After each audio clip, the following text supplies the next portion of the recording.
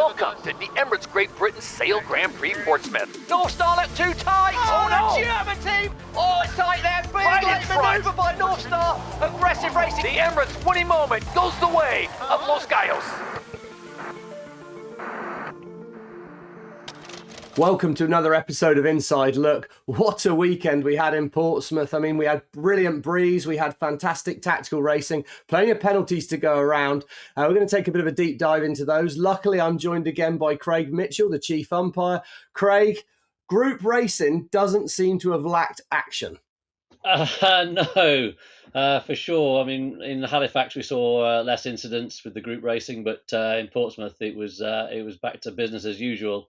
60 incidents over the weekend. A lot of boundary penalties this time, and I think we're going to have a look at those and why they're happening. But yeah, definitely pretty hectic. 6 races on Saturday. That was busy. Certainly between the races to get yourself sorted for the next one.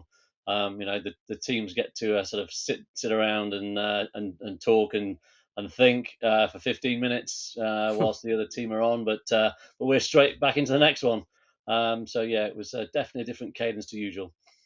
Yeah, absolutely. I can fully be with you on that. You might hear it in my voice. There was a lot of excitement, a lot of incidents called out. But anyway, seem to start these episodes often with this topic. But black flags that were or weren't, and to me, we had a race start. It was actually Rockwell and Canada again, which again, I think that's a record I've heard before. Top end of the line, that's often where we see these black flags, but we'll run the video in here and watch it through. And then Craig, give us your ideas as to why it wasn't a black flag, because to me, it looked like Canada being very, very punchy at the top of the line again. Yeah, well, I mean, it was Canada were coming in to try and push in at the top there. They're actually an early start penalty. But Denmark are trying to get the hook on them there. The big difference this time, though, was that Denmark only had a lever on their leeward bow as opposed to their windward bow, which makes quite a big difference with how much they can exert their will onto Canada. Because as they turn, they then ended up swinging clear astern. Okay. In which case Canada kept clear. But it was close. I mean, I think Denmark got within 40 centimetres of the rudders of Canada. So it was very close, but it's quite a dynamic situation. But we called it a green flag in the end.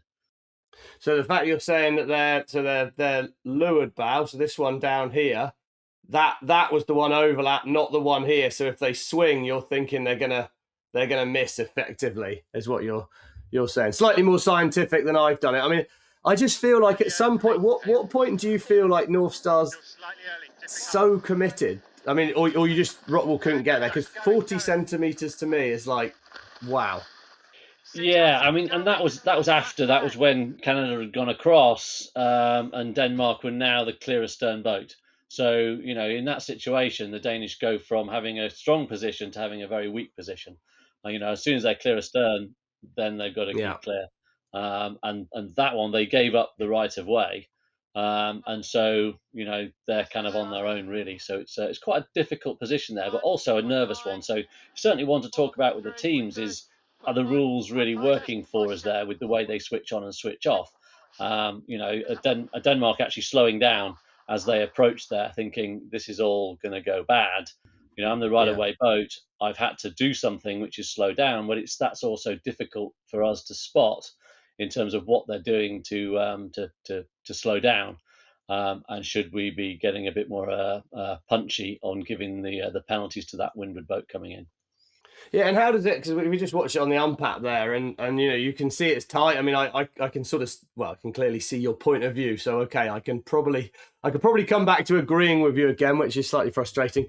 But however, that to me, like, yes, we have a rule in SailGP that if you're over the line early, you go back behind. But Italy have ended up having to spin out around because they've as well made a mistake themselves. But North Star, you could say it's clever, or I could say that's a professional foul. They've deliberately crossed the line early to avoid being trapped. Is there a bigger consequence for them being over the line early and avoiding what ultimately, if they'd have been behind the line, so 50 centimetres, 2 metres back, what you're saying is there would have been a contact. So presumably that would have then been a black flag. But they've ended up just getting a starting penalty, whereas Italy, who have bailed out of the situation, are miles behind, and Canada are going to be right on the back of the fleet and sort of racing again come Mark 1. Yeah, and it's one we have seen a number of times, and we've discussed it kind of in our umpire debriefs with the teams about what that penalty should be. We do give a black flag because of the gain, but it kind of goes black or green. And so on this one, we've discussed it with teams, and they're quite comfortable that accelerating forwards and going over the line early, and then basically parking up and waiting for the fleet to come past them is penalty enough. So it was the feeling from the teams that they don't want to start us giving extra penalties, for going over the start line a little bit early. Okay, fair enough. Fair enough. I think, one thing we saw, then I'm going to take this on, because another one that I feel like can be quite grey, feels like a lot of your world's so tricky in that sense. But we got to boundary penalties, and certainly on day one, you mentioned it yourself, there were quite a lot this weekend, but on day one in Portsmouth, there was a change in the course after the first two races because the wind shifted a little bit. So suddenly our Emirates roundabout in the middle of the racetrack, the old tower that's out there, the fort in the Solent, became really tight to the boundary, and we see an incident here where you've got Canada, you've got just so many teams, Canada and Spain going into that boundary on the side of the course there, and they're picking up penalties for various reasons. So explain, how do you, once they go out of bounds, how do you dish out penalties? Because some people go out further, some people go out less far. How does that work? Yeah, so we've got a sort of a sliding scale. And also we look out for other things. So if you just go outside the boundary but your boat remains on the boundary line, then we'll give you one penalty. If your boat goes completely out of the boundary, you'll get two penalties, and if you go out more than a boat width, then you'll get three. And then if you go further than that, then we'll start thinking about whether we should give more. And also we watch out for what we call a critical boundary. So have they gone out for a different reason, which is a tactical reason. And so then we'll look at whether we should give penalties for that as well. And certainly in this one, Canada go a long way out. So we gave them 3 penalties, which is a 60-metre loss compared to another boat. We gave Spain 1 penalty, but if you look at it again there, then it looks pretty suspicious that they've got the perfect ley line out of and past the roundabout. So maybe that should have been another at least 1 or 2 penalties for that manoeuvre.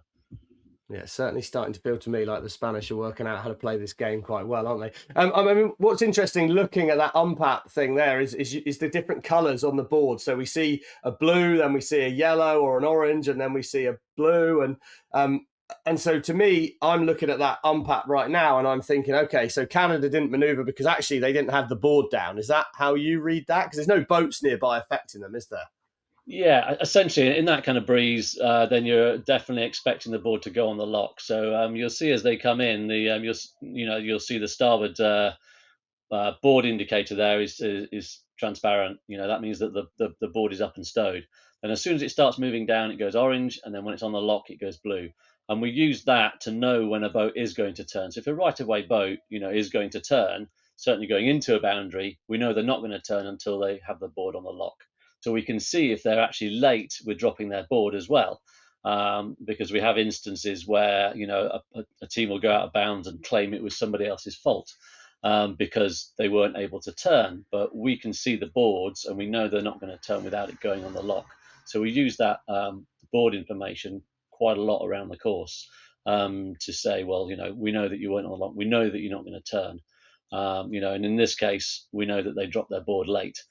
So we know it's all their problem as opposed to it being somebody else's fault. Okay, perfect. Right, so I'm going to take you now to race B2. Different language we have to have now. We've got A1, B1, B4, B whatever, but I'm going B2, so Group B, race 2. And there was an incident with France and Germany where France are sort of on the outside. So in old school tactical sailing, they're hoping to jibe onto port where they won't have the right of way. And Germany have got them trapped. But because of the boundary, as soon as you enter the boundary, so that's 80 metres from this blue line we can see here. There's actually not the boundary you see, is there, Craig, on our screen right now. But as soon as they enter that 80 metres, as the boat entering the boundary first, France have the right of way. Am I correct? Yeah, essentially they get the room to sail their proper course whilst inside the zone of the boundary, and Germany's got to give them that room. But we also see here that if you look at it from the unpack view, you see that France are late with their board. So in that situation, we know that they go out of bounds, and it's not Germany's fault that they go out of bounds. But in this one, the discussion with in the debrief was whether Germany gave them the room to sail their proper course, and whether France slowed down their turn, and was that because they were nervous about Germany, having contact with Germany, because Germany, are they turning sooner than them, or are they turning after them? So France slowed down their turn. Does that mean that Germany haven't given France the room to sail their proper course? And that's the kind of the grey area and the discussion in the umpire debrief. Yeah, and you can see we're sort of on board the back of the German boat here, France, top right-hand corner of the screen. And so by proper course, you mean you just swing into the jibe and you just assume they're not there and trust them to get out of the way? Essentially, yeah. I mean, it's this. You get the course to sail that's the quickest course, to get to the finish line first. And so slowing down through the turn, you probably wouldn't do it, because then if you slow down, you're off the foils potentially, or you have problems coming out of the jibe. So France can turn as they choose. They're not allowed to turn and then luff really hard, because that wouldn't be a proper course. So part of their turn would then be under different rules, but they get the room to turn their fastest course and sail their fastest course through the boundary. So I think I've got that one dialed in. So effectively, that incident was green flagged, Yeah. and that was largely because you thought the board wasn't on the lock and they couldn't have turned anyway, or just you're like, well, we've got no idea that you want to manoeuvre. Well, as they go through the turn, you see France start to turn first, and then Germany's astern and turning later. And so you look at it and go, well, are Germany stopping France from turning? And as you see them swing through, there is still some convergence, but Germany is still clear astern. So should France be fearful of actually making that turn? Are they worried that Germany's not going to be able to give them the room, and so therefore they're going to get too close and then potentially have a contact? In this one, we thought France could turn as they wished. We had the discussion with France, and they were quite nervous about making that turn in case Germany didn't pull off the manoeuvre, and then all of a sudden it's you have quite the accident. So that's the stuff that we've got to look at and consider. And we've had discussions saying, well, the boat that's got to give the room, should they be the one that always leads the turn? And if they don't lead the turn, then they get a penalty. So in that case, Germany would have to jibe sooner and lead that turn out quicker, ahead of France, so that France know that they're always chasing behind Germany. And that's something we should look at as well. Yeah, no, I mean, certainly can imagine if I'm in France's position, to just swing the boat is a leap of faith in a way. So I get that. But anyway, Craig, I suppose I've maybe helped you out here. Not entirely sure, but I think I've got quite a good example of an incident where the sailors do make it quite clear to you in the umpire booth what they're thinking, whereas I've just heard a lot about you speculating and guessing. So I'm going to go race A4. This was a moment of real consequence. New Zealand on the inside at the bottom gate. They turn up. Brilliant rounding for me here. And I thought they'd kind of got good control over things. But you can see Denmark with that little bit quicker approaching the boundary. So after that turning mark, Greg, the whole time at that point, black foil's a keep clear boat, right? Yes. And as they hit the boundary, they're still keep clear boat? Yeah, absolutely. So they get to that boundary, and then as soon as they're at that boundary, then Denmark are allowed to sail their proper course whilst they're inside the boundary there. And so for New Zealand, that's a very weak position for them to be in, because if Denmark, as you see, and if you look at the unpack, you can see that Denmark drop their board soonest. They get it onto the lock, then they go for a turn, and New Zealand's there, blocking their way. And so then it's a relatively straightforward penalty from there, because New Zealand have essentially got to they've got to they've got to disappear. Yeah, And so you well, can see. I do think the unpack shows it really well there, and you know, and there's a shot on board Rockwell that I know we'll be able to go on board the boat and see that view as well in a moment. But as they're coming in there on board Rockwell, I think what they do such a good job is they keep the speed in on this rounding. So they're over speed, they're wide, they give lots of room to the Blackfoils. And yeah, from a lot of the SailGP races you do watch, you see that anyone on the inside, like the Blackfoils here, are normally nervous. And here you go, we're going to get a great view of this. There you go. See, Nikolai turns up. He feels they're going to hit. He slows the turn, whereas attacking turn, whoa, we've seen how quickly they spin the F50s around. So I guess my take from that is if the sailors can show you this is what we want, or this is what we want to be doing, then it's a lot easier for you to make that decision. But obviously it's a compromise, because to show you, Rock will effectively have to compromise their tack and slow up. Yeah, absolutely, and certainly the slowing of the turn is something that we do look out for. But like you say, reversing direction, once you've started your turn, you don't want to have to stop, or you don't have to turn back. So it was quite nicely orchestrated piece there by Denmark. And New Zealand should have known sooner that potentially, you're getting towards that boundary zone. You know that you're in a very weak position, and that tacking away earlier is the safer move to make. Yeah, okay. And I think for me, this incident was interesting, because I was surprised the Blackfoils let them happen to them, because, as I say, it's not an uncommon incident. But we're getting to the point where in this, I don't know if it's just the group racing, but it's maybe always been the case, but the points are super tight because there's less boats in the fleet. So this actually, yes, they lost Denmark, because as soon as you have a boat-on-boat penalty like that, it means you have to get behind the boat you've infringed. So that's how you pay that penalty, whereas it's a distance on the boundary one. We saw the lines chasing back up, and you've got to lose a distance. But they then lost North Star as well in slowing down to let Rockwell pass. So they lost 2 places. They missed out on the final by 2 places. And I think we're sort of starting to see how incidents can have a big consequence longer term, in terms of it.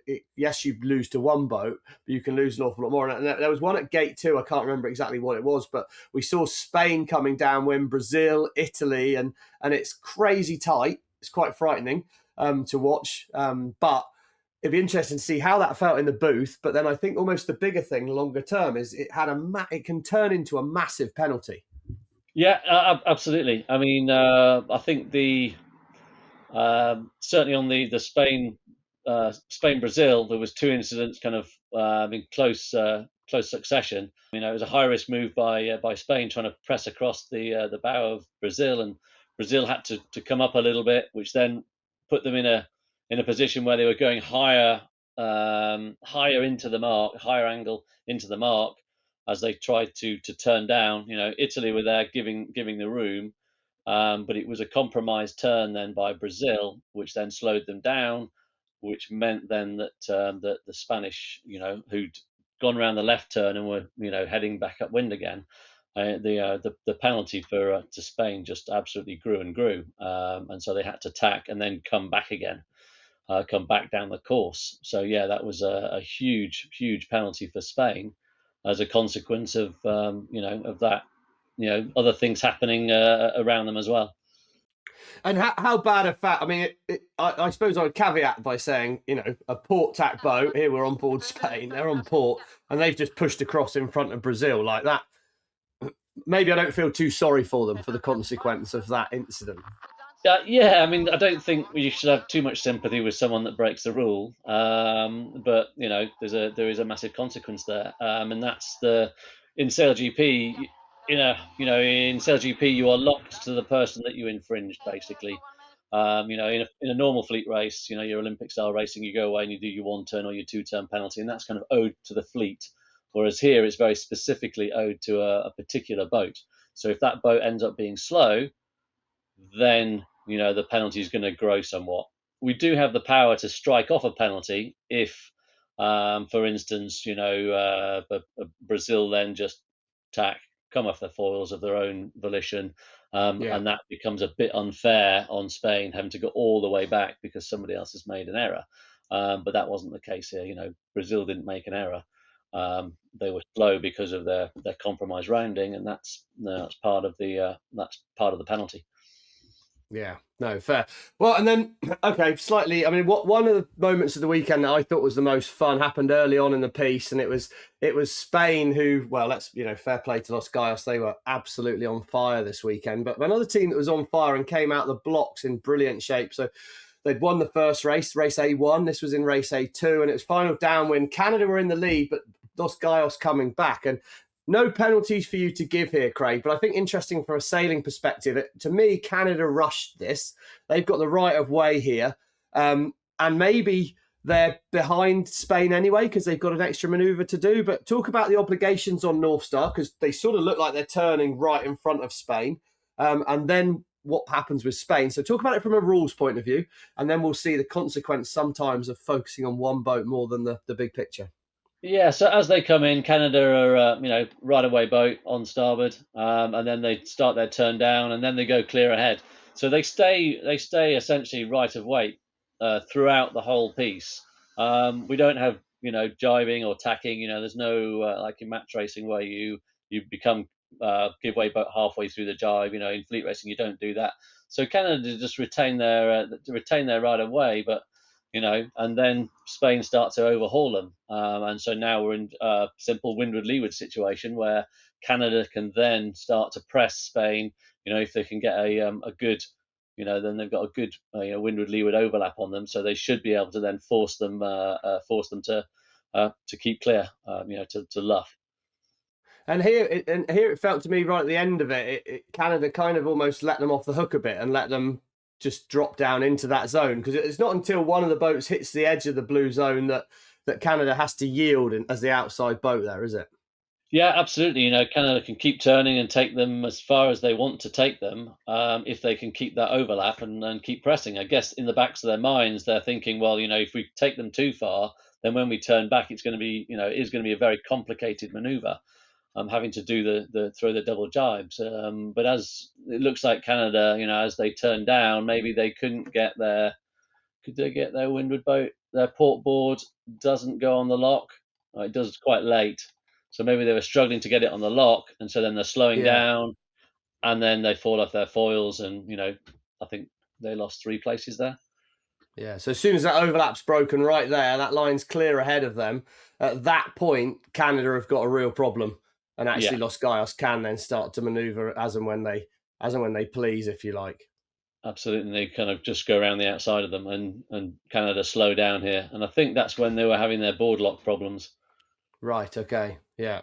And certainly, I mean, it's just a really interesting incident because obviously Canada made it to the final, so we can sort of have it in this package and keep it as just an interesting one rather than an absolutely soul-destroying one for the North Star team. But you can get kind of caught in that one boat fight. And we saw it had a bit of a consequence to Spain in the clip we looked at before, and we've seen that out there. But North Star, I think, finished like 5th in this race, or even 6th. I think they maybe got 5th, so maybe got 1 point. But they potentially went from winning or let's go, okay, team, let's just take a second. It must be so interesting umpiring it. I suppose you're only umpiring it in the moment, but how much do you see teams just get stuck in that boat on boat fight and forgetting the big picture? Yeah, you will see it that someone's just wants to, and you see it certainly maybe at the top of the start line as well, where someone wants to force someone out, and they sort of lose focus on the other boats around them, and then things start they just go over the handlebars, and just things sort of end up really bad, or it just ends up bad for both teams. When you really want to be getting on in the race, and all of a sudden, you find yourself at the back of the fleet, because you were trying to push one particular point. Yeah, I mean it's blooming interesting, and it has been fantastic. I mean the final race we had in Portsmouth was great. I mean, fair play to Los Gallos with all those overtacks. It was a remarkably clean race, but I think it's been great to talk about the boundaries, Craig, because I think that sort of show and tell idea of the sailors being able to show to you. Otherwise, how do we make a decision? I mean, it's constantly evolving story, but brilliant to get your insights. Thanks so much for joining us. Again, Craig, I'm sure there's going to be a lot more incidents over the next few events as we continue with this European leg. So yeah, thanks for taking an inside look with us. Come and check us out on YouTube and any other channels where you can see us, and we'll hope to see you all again soon.